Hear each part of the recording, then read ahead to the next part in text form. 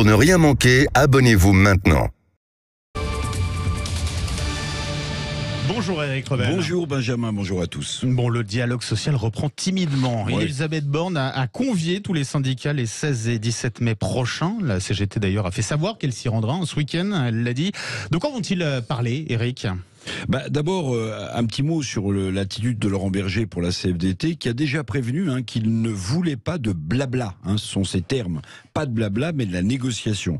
Alors, officiellement, Matignon n'a pas communiqué d'aide d'ordre du jour précis, mais les discussions pourraient porter sur l'employabilité des seniors, l'augmentation des salaires ou encore le partage de la valeur de l'entreprise.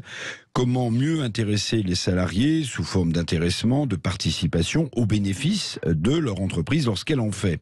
Alors ce sera aussi, c'est une première, le premier tête-à-tête pour la nouvelle leader de la CGT, Sophie Binet. Chaque rencontre avec Elisabeth Borne se déroulera en bilatéral, ce qui est d'ailleurs une manière, on peut le noter, de fissurer un peu l'intersyndicale, même s'ils se mettront d'accord avant.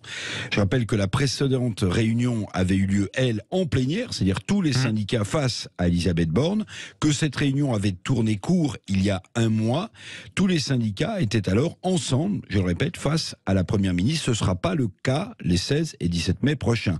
Rappelons aussi qu'une journée de mobilisation syndicale a été programmée pour le 6 juin prochain contre la réforme des retraites. À noter que seul le syndicat a s'interrogé encore sur sa présence à Matignon. C'est le syndicat FO qui donnera sa réponse après-demain. Reprise du dialogue social donc, Eric, même si la bataille pour le retrait de la réforme des retraites n'est pas finie pour les syndicats. Oui, c'est ce qu'ils disent, cette bataille n'est pas finie. D'ailleurs, certains de ces leaders syndicaux misent sur la proposition de loi du groupe de députés indépendants de la LIOT, c'est comme ça qu'on appelle ce groupe de députés indépendants, à l'Assemblée nationale le 8 juin prochain. Ce groupe de députés indépendants porte une loi pour abroger le report de l'âge de départ en retraite à 64 ans.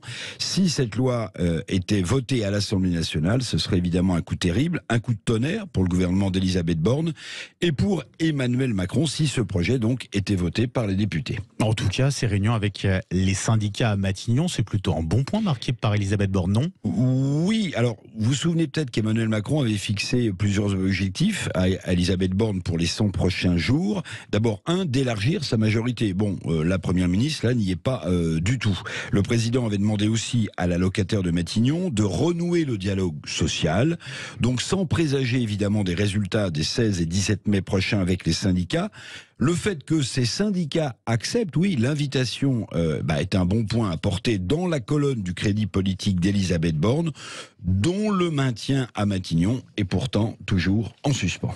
Tout compte fait. Merci à vous, Eric Revel.